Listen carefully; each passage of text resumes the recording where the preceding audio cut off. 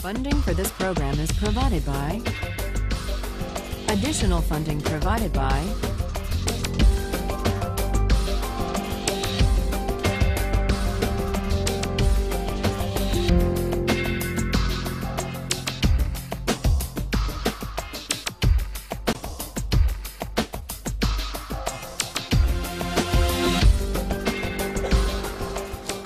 Now we turn to the hardest philosopher we're going to read in this course. Today we turn to Immanuel Kant, who offers a different account of why we have a categorical duty to respect the dignity of persons and not to use people as means merely, even for good ends. Kant excelled at the University of Königsberg at the age of 16.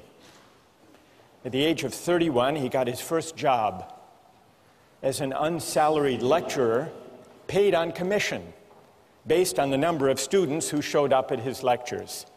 This is a sensible system that Harvard would do well to consider.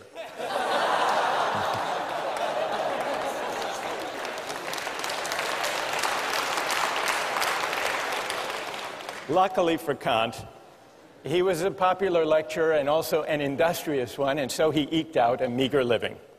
It wasn't until he was 57 that he published his first major work. But it was worth the wait. The book was The Critique of Pure Reason, perhaps the most important work in all of modern philosophy. And a few years later, Kant wrote the groundwork for the metaphysics of morals, which we read in this course. I want to acknowledge, even before we start, that Kant is a difficult thinker. But it's important to try to figure out what he's saying, because what this book is about is, well, it's about what the supreme principle of morality is, number one, and it's also, it gives us an account, one of the most powerful accounts we have, of what freedom really is. So let me start today. Kant rejects utilitarianism. He thinks that the individual person, all human beings, have a certain dignity that commands our respect. The reason the individual is sacred, or the bearer of rights according to Kant, doesn't stem from the idea that we own ourselves, but instead from the idea that we are all rational beings. We're all rational beings, which simply means that we are beings who are capable of reason. We are also autonomous beings, which is to say that we are beings capable of acting and choosing freely. Now, this capacity for reason and freedom isn't the only capacity we have. We also have the capacity for pain and pleasure, for suffering and satisfaction. Kant admits the utilitarians were half right. Of course, we seek to avoid pain, and we like pleasure. Kant doesn't deny this. What he does deny is Bentham's claim that pain and pleasure are our sovereign masters. He thinks that's wrong. Kant thinks that it's our rational capacity that makes us distinctive, that makes us special, that sets us apart from and above mere animal existence. It makes us something more than just physical creatures with appetites. Now, we often think of freedom as simply consisting in doing what we want, or in the absence of obstacles to getting what we want. That's one way of thinking about freedom. But this isn't Kant's idea of freedom. Kant has a more stringent, demanding notion of what it means to be free. And though it's stringent and demanding, if you think it through, it's actually pretty persuasive. Kant reasons as follows. When we, like animals, seek after pleasure, or the satisfaction of our desires, or the avoidance of pain, when we do that, we aren't really acting freely. Why not? We're really acting as the slaves of those appetites and impulses. I didn't choose this particular hunger or that particular appetite. And so when I act to satisfy it, I'm just acting according to natural necessity. And for Kant, freedom is the opposite of necessity. There was an advertising slogan for the soft drink Sprite a few years ago. The slogan was, "Obey your thirst." There's a Kantian insight buried in that Sprite advertising slogan. That, in a way, is Kant's point. When you go for Sprite or Pepsi, you might think that you're choosing freely, Sprite versus Pepsi, but you're actually obeying something, a thirst, or maybe a desire manufactured or massaged by advertising. You're obeying a prompting that you yourself haven't chosen or created. And here, it's worth noticing Kant's specially demanding idea of freedom. What way of acting, how can my will be determined if not by the promptings of nature or my hunger or my appetite or my desires? Kant's answer, to act freely, is to act autonomously. And to act autonomously is to act according to a law that I give myself, not according to the physical laws of nature or to the laws of cause and effect, which include my desire to eat or to drink or to choose this food in a restaurant over that. Now, what is the opposite? What is the opposite of autonomy? For Kant, he invents a special term to describe the opposite of autonomy. Heteronomy is the opposite of autonomy. When I act heteronomously, I'm acting according to an inclination or a desire that I haven't chosen for myself. So freedom as autonomy is the specially stringent idea that Kant insists on. Now, why is autonomy the opposite of acting heteronomously or according to the dictates of nature? Kant's point is that nature is governed by laws, laws of cause and effect, for example. Suppose you drop a billiard ball. It falls to the ground. We wouldn't say the billiard ball is acting freely. Why not? It's acting according to the law of nature, according to the laws of cause and effect, the law of gravity. And just as he has an unusually demanding and stringent conception of freedom, freedom as autonomy, he also has a demanding conception of morality. To act freely is not to choose the best means to a given end. It's to choose the end itself for its own sake. And that's something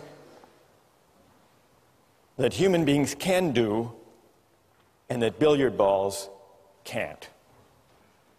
Insofar as we act on inclination or pursue pleasure, we act as means to the realization of ends given outside us. We are instruments rather than authors of the purposes we pursue. That's the heteronymous determination of the will.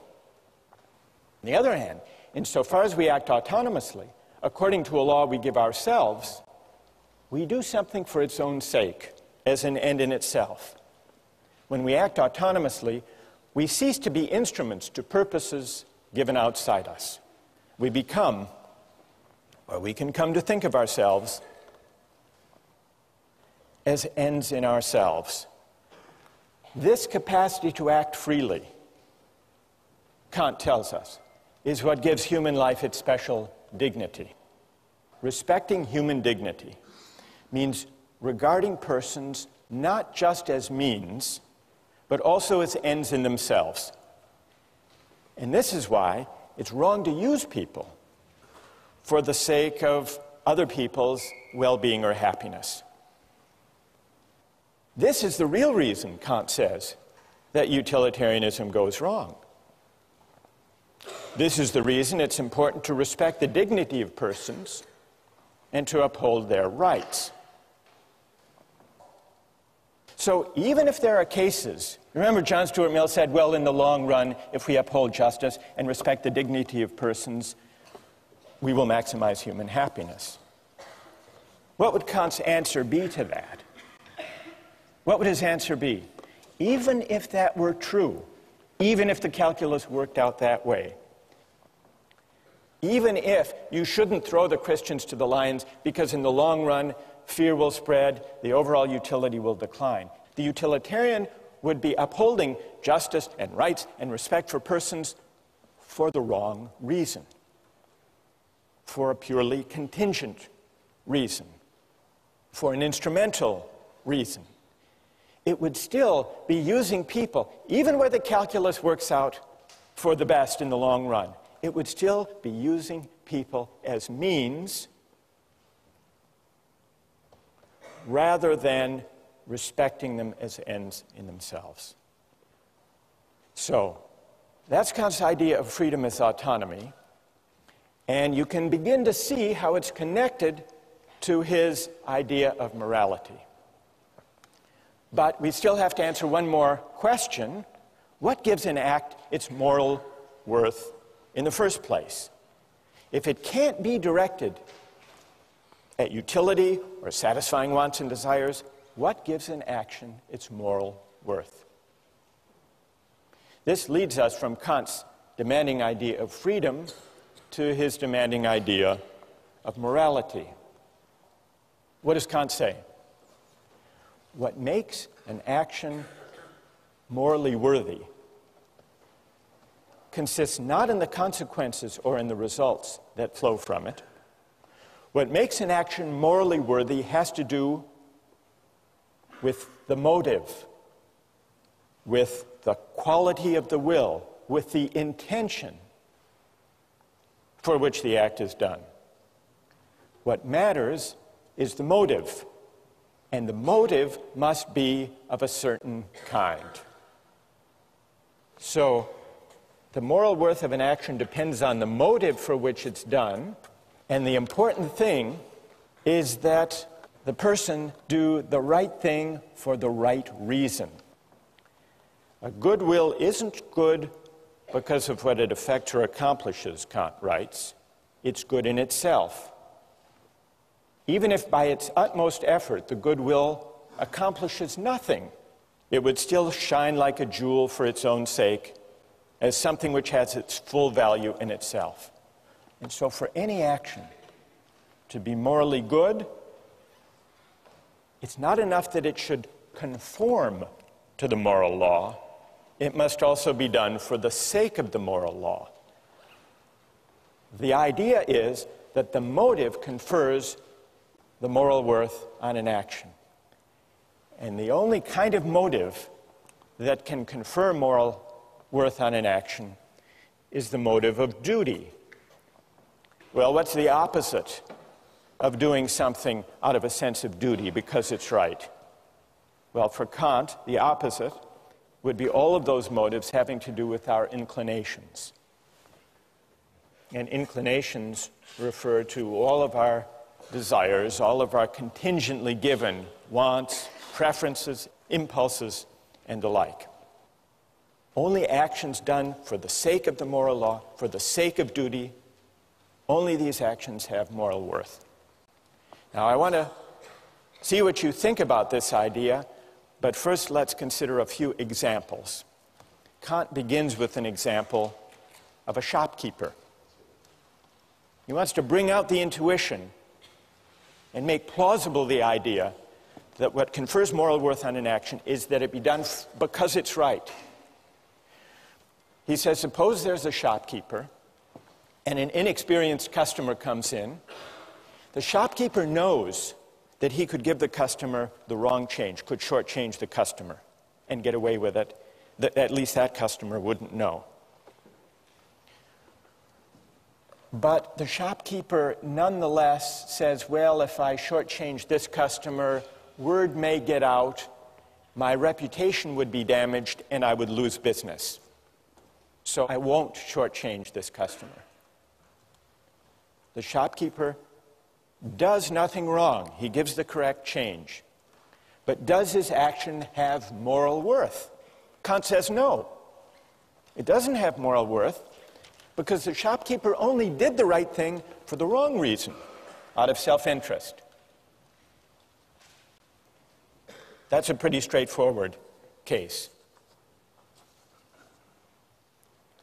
Then he takes another case, the case of suicide. He says we have a duty to preserve ourselves. Now, for most people who love life, we have multiple reasons for not taking our own lives. So the only way we can really tell, the only way we can isolate the operative motive for someone who doesn't take his or her life is to imagine someone who's miserable and who, despite having an absolutely miserable life, nonetheless recognizes the duty to preserve oneself and so does not commit suicide. That's the force of the example, is to bring out the motive that matters. And the motive that matters for morality is doing the right thing for the sake of duty.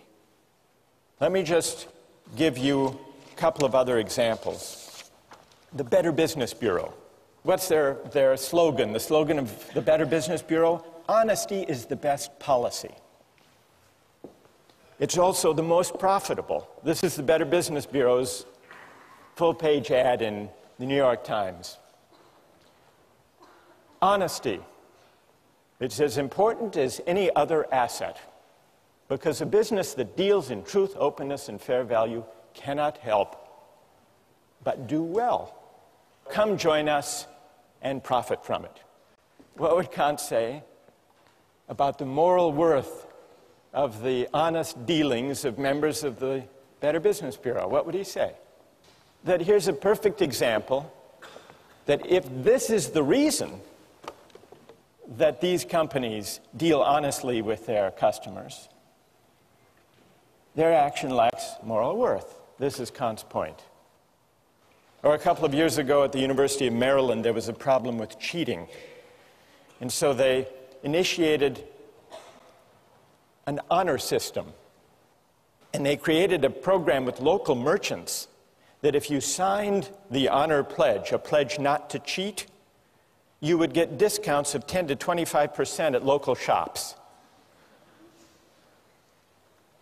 Well, what would you think of someone motivated to uphold an honor code with the hope of discounts?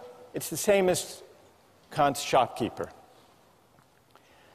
The point is, what matters is the quality of the will, the character of the motive, and the relevant motive to morality can only be the motive of duty, not the motive of inclination. And when I act out of duty, when I resist as my motive for acting inclinations or self-interest, even sympathy and altruism, only then am I acting freely. Only then am I acting autonomously. Only then is my will not determined or governed by external considerations. That's the link between Kant's idea of freedom and of morality. Now, I want to pause here to see if all of this is clear, or if you have some questions or puzzles. They can be questions of clarification, or they can be challenges, if you want to challenge this idea that only the motive of duty confers moral worth on the action. What do you think? Yes? Yeah, I actually have two questions of clarification. The first is, there seems to be an aspect of this that makes it sort of self-defeating, in that once you're conscious of what morality is, you can sort of alter your motive to achieve that end of morality. And secondly, give me an example of what you have in mind. The shopkeeper example, if he decides that he wants to give the person the money to do the right thing, and he decides that's his motive to do so because he wants to be moral, then isn't that sort of defeating isn't that sort of defeating the purity of his action if morality is determined by his motive? His motive is then to act morally. So you're imagining a case not of the purely selfish calculating shopkeeper, but of one who says, well, he may consider shortchanging the customer, but then he says, not, well, my reputation might suffer if word gets out, but instead he says, actually, I would like to be the kind of honest person who gives the right change to customers simply because it's the right thing to do. Or simply because I want to be moral. Because I want to be moral. I want to be a good person. And so I'm going to conform all of my actions to what morality requires.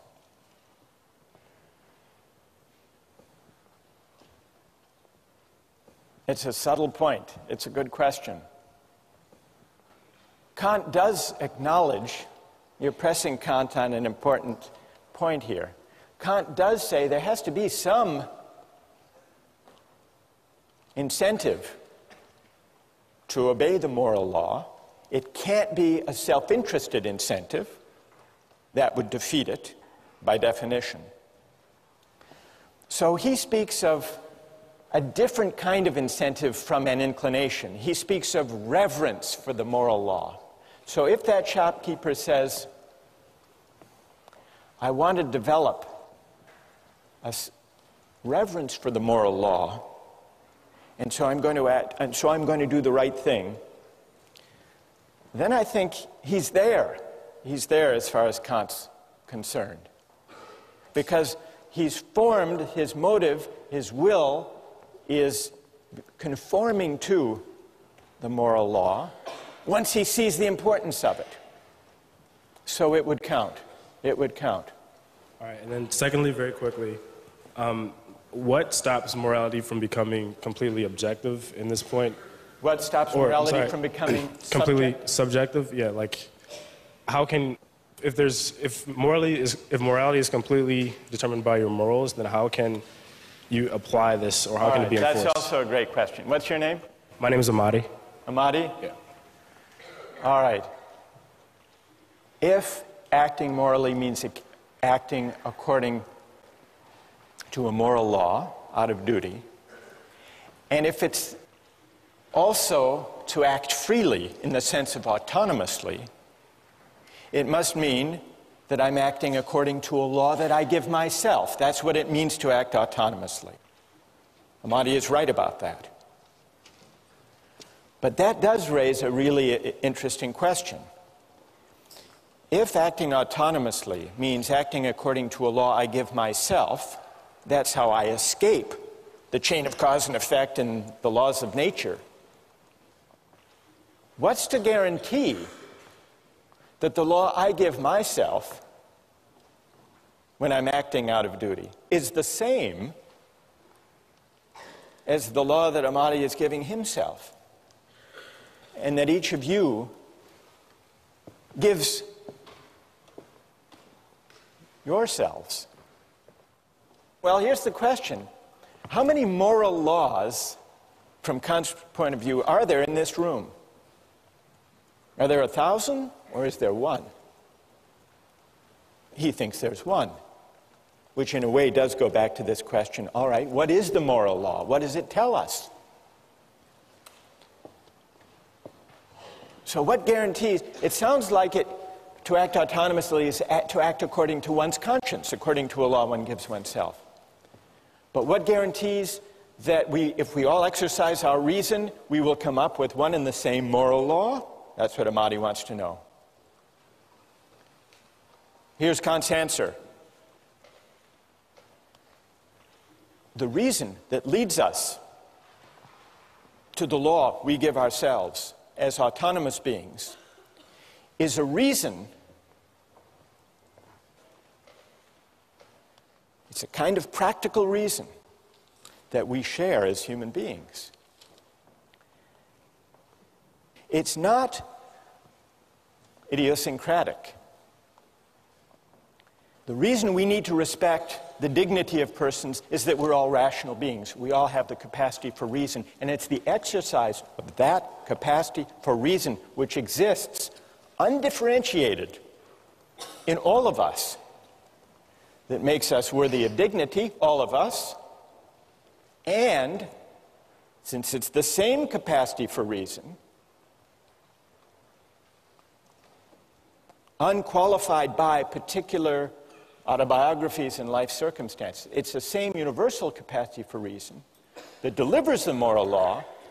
It turns out that to act autonomously is to act according to a law we give ourselves, exercising our reason, but it's the reason we share with everyone as rational beings, not the particular reasons we have given our upbringings, our particular values, our particular interests. It's pure practical reason, in Kant's terms, which legislates a priori, regardless of any particular contingent or empirical ends. Well, what moral law would that kind of reason deliver? What is its content?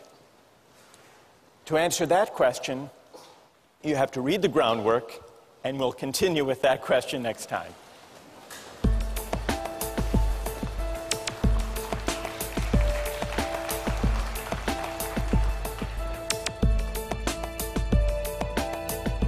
For Kant, morally speaking, suicide is on a par with murder.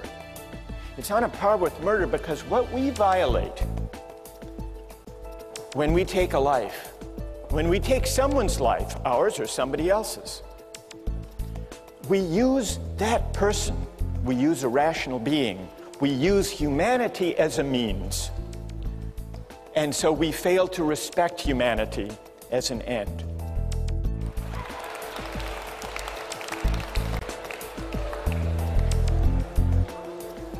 Today we turn back to Kant. Before we do, remember, this is the week by the end of which all of you will basically get Kant, figure out what he's up to. You're laughing. No, it will happen.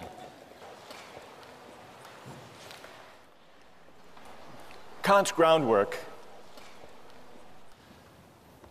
is about two big questions. First, what is the supreme principle of morality? Second, how is freedom possible? Two big questions. Now, one way of making your way through this dense philosophical book is to bear in mind a set of oppositions or contrasts or dualisms that are related. Today I'd like to talk about them. Today we're going to answer the question, what, according to Kant, is the supreme principle of morality? And in answering that question, in working our way up to Kant's answer to that question, it will help to bear in mind three contrasts or dualisms that Kant sets out. The first, you remember, had to do with the motive according to which we act. And according to Kant, only one kind of motive is consistent with morality: the motive of duty, doing the right thing for the right reason. What other kind of motives are there? Kant sums them up in the category of inclination. Every time the motive for what we do is to satisfy a desire or a preference that we may have to pursue some interest, we're acting out of inclination. Now, let me pause to see if, in thinking about the question of the motive of duty, the goodwill, see if any of you has a question about that much of Kant's claim. Or is everybody happy with this distinction? What do you think? Go ahead. When you make that distinction between duty and inclination, is there ever any moral action ever? I mean, you could always kind of probably find some selfish motive, can't you? Maybe very often people do have self-interested motives when they act. Kant wouldn't dispute that. But what Kant is saying is that insofar as we act morally, that is, insofar as our actions have moral worth, what confers moral worth is precisely our capacity to rise above self-interest and prudence and inclination and to act out of duty. Some years ago, I read about a spelling bee, and there was a young man who was declared the winner of the spelling bee, a kid named Andrew, 13 years old. The winning word, the word that he was able to spell, was echolalia. Does anyone know what echolalia is? What? Some type of flower? It's not some type of flower, no. It means the tendency to repeat, as in echo, to repeat what you've heard. Anyhow, he misspelled it, actually. But the judges misheard him. They thought he had spelled it correctly and awarded him the championship of the National Spelling Bee. And he went to the judges afterward and said, actually, I misspelled it. I don't deserve the prize. And he was regarded as a moral hero, and he was written up in the New York Times, Misspeller is a spelling bee hero. There's Andrew with his proud mother.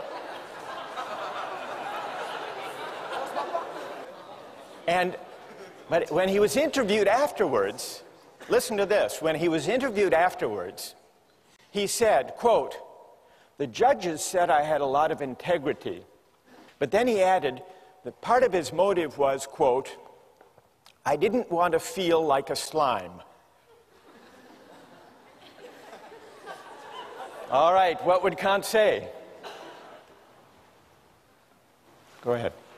I guess it would depend on whether or not that was a marginal reason or the predominant reason in whether or not and why he decided to confess that he didn't actually spell the word correctly. Good. And what's your name? Vasco. That's very interesting. Is there anyone else who has a view about this? Does this show that Kant's principle is too stringent, too demanding? What would Kant say about this? Yes? I think that Kant actually says that it is the pure motivation that comes out of duty which gives the action moral worth. So it's like, for example, in this case, he might have more than one motive. He might have the motive of not feeling like a slime, and he might have the motive of doing the right thing for in and of itself, out of duty. And so, while there's more than one motivation going on there, does not mean that the action is devoid of moral worth just because he has one other motive.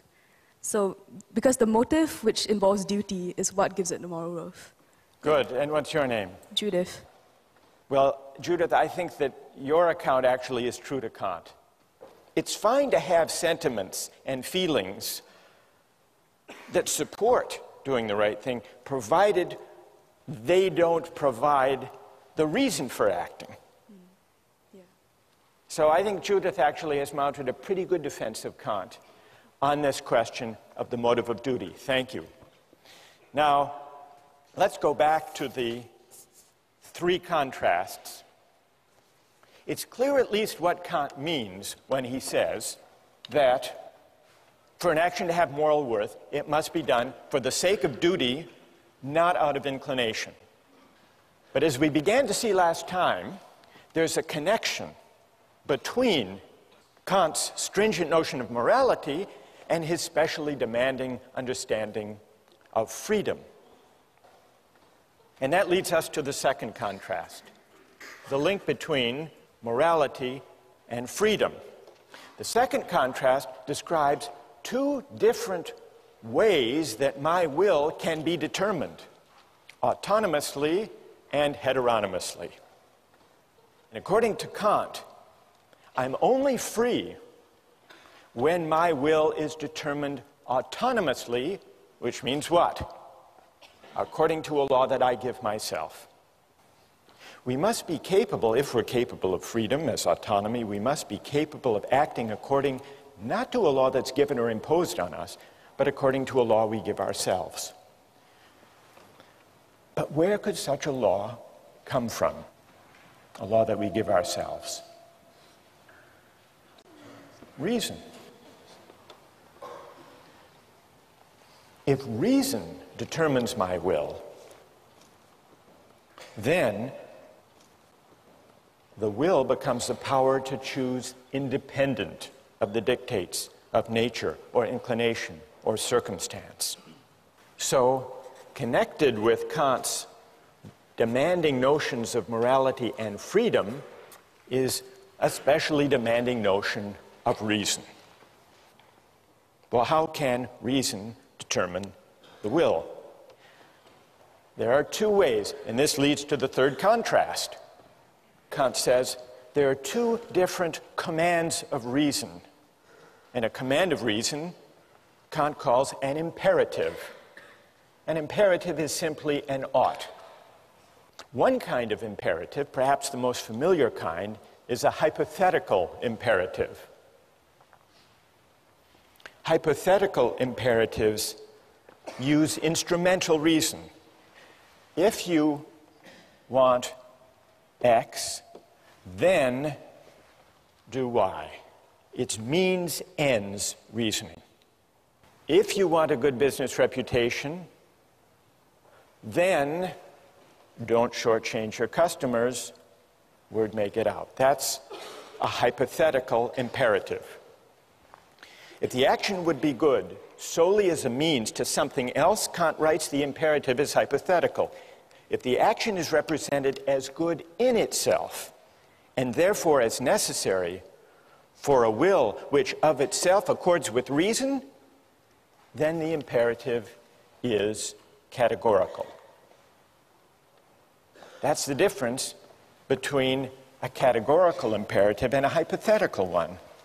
A categorical imperative commands categorically, which just means without reference to or dependence on any further purpose.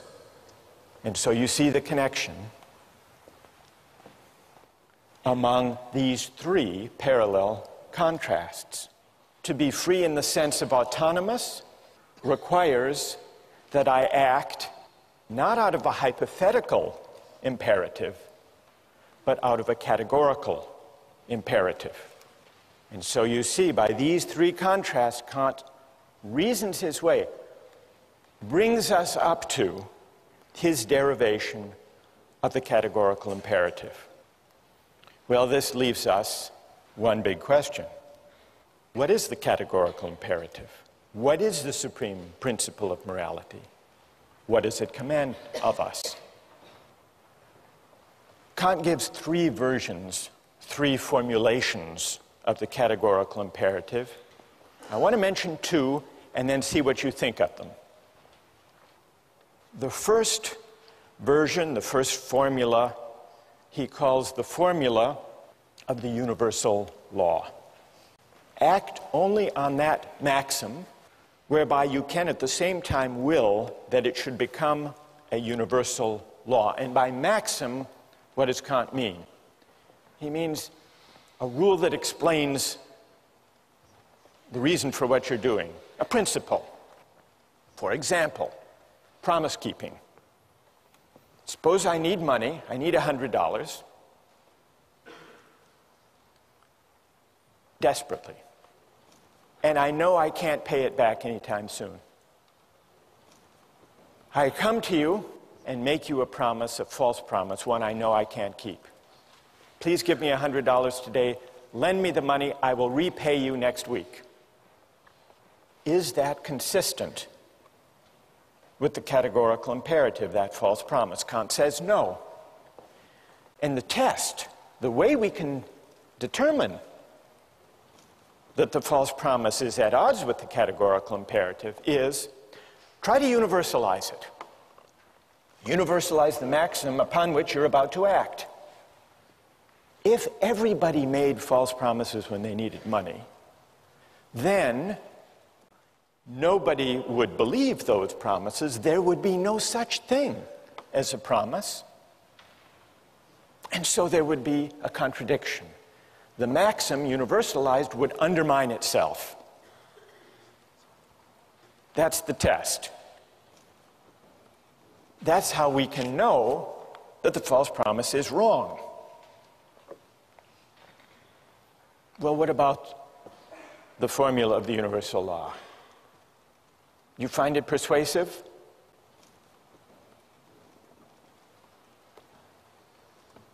What do you think? Go ahead. I have a question about the difference between categoricalism and a hypothesis that if you're going to between categorical and hypothetical yeah. imperatives. Right.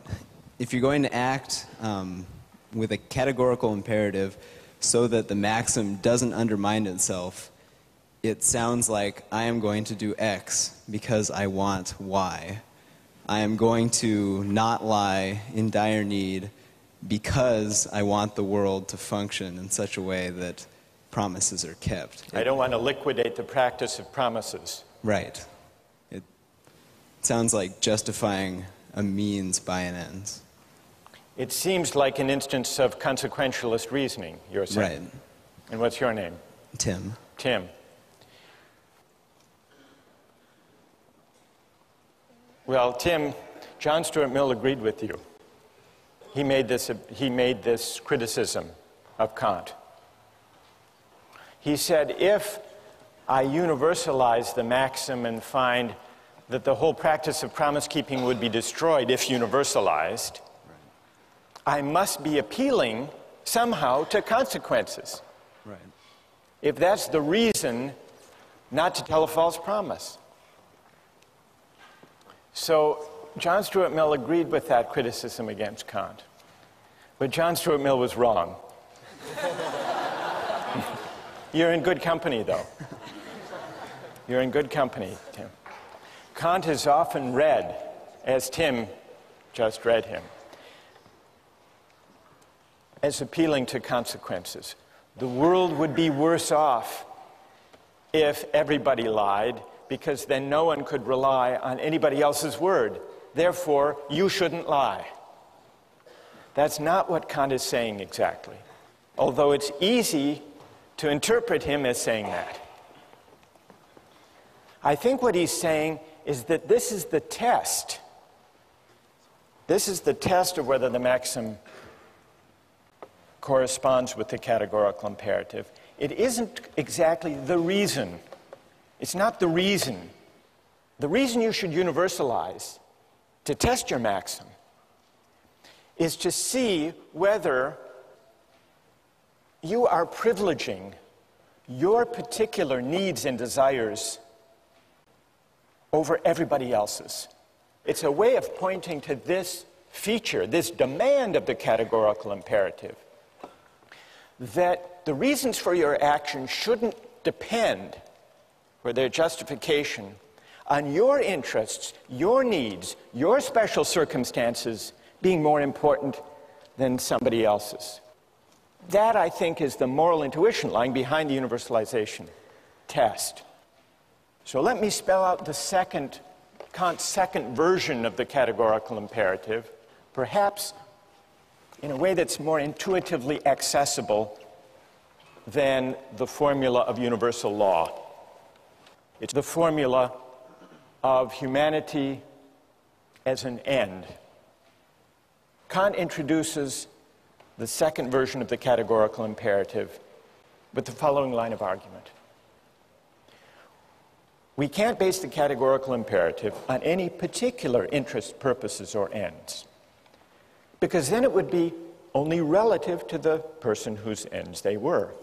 But suppose there were something whose existence has in itself an absolute value, an end in itself, then in it, and in it alone, would there be the ground of a possible categorical imperative. Well, what is there that we can think of as having its end in itself? Kant's answer is this. I say that man, and in general every rational being, exists as an end in himself, not merely as a means for arbitrary use by this or that will. And here Kant distinguishes between persons on the one hand and things on the other. Rational beings are persons. They don't just have a relative value for us, but if anything they have an absolute value, an intrinsic value. That is, rational beings have dignity. They're worthy of reverence and respect. This line of reasoning leads Kant to the second formulation of the categorical imperative, which is this.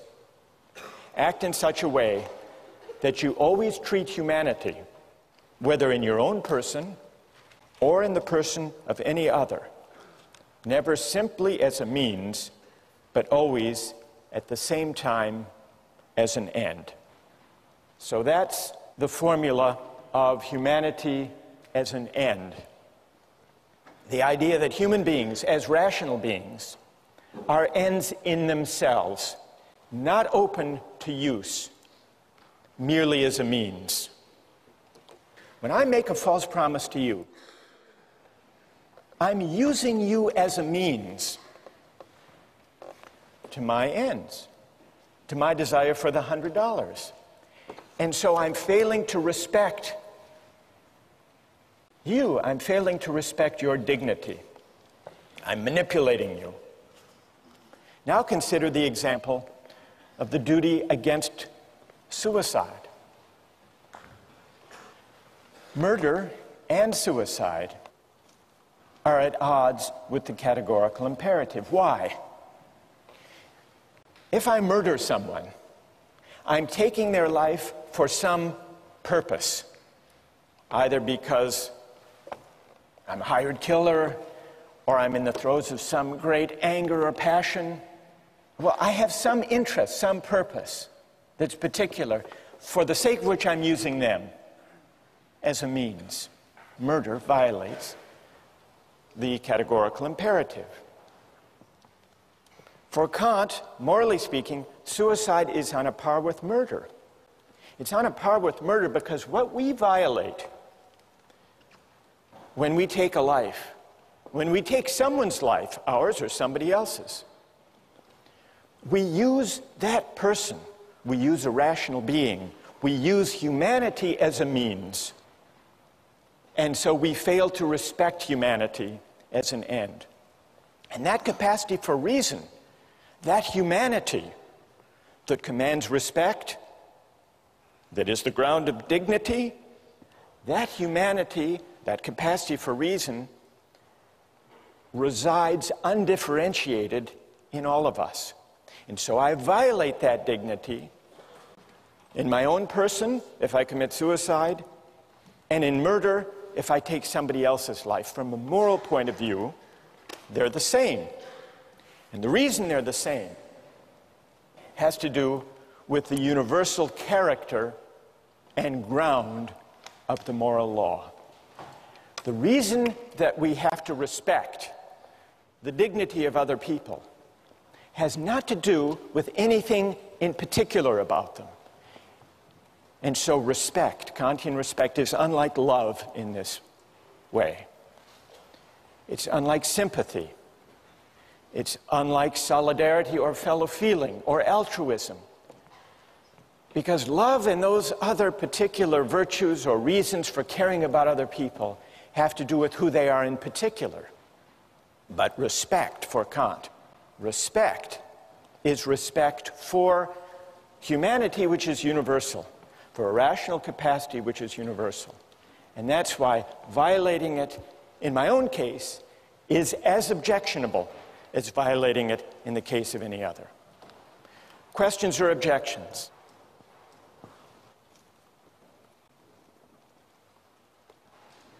Go ahead. I guess I'm somewhat worried about Kant's statement that you cannot use a person as a means because every person is an end in and of themselves. Because it seems that every day, in order to get something accomplished for that day, I must use myself as a means to some end. And I must use the people around me as a means to some end as well. For instance, suppose that I want to do well in a class, and I have to write a paper. I have to use myself as a means to write the paper. Suppose I want to buy something, food.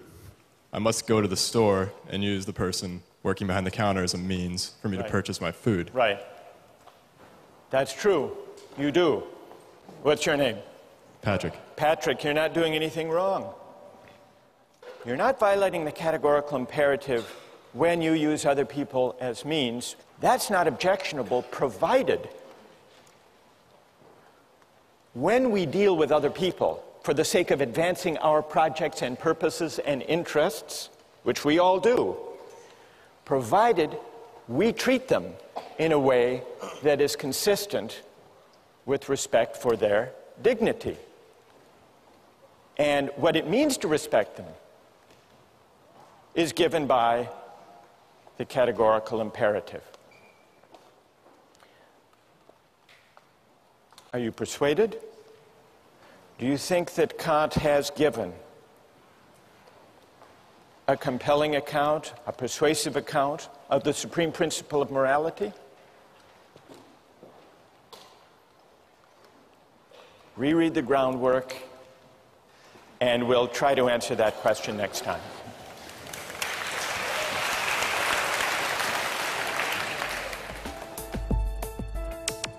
Don't miss the chance to interact online with other viewers of Justice. Join the conversation, take a pop quiz, watch lectures you've missed, and learn a lot more. Visit justiceharvard.org. It's the right thing to do.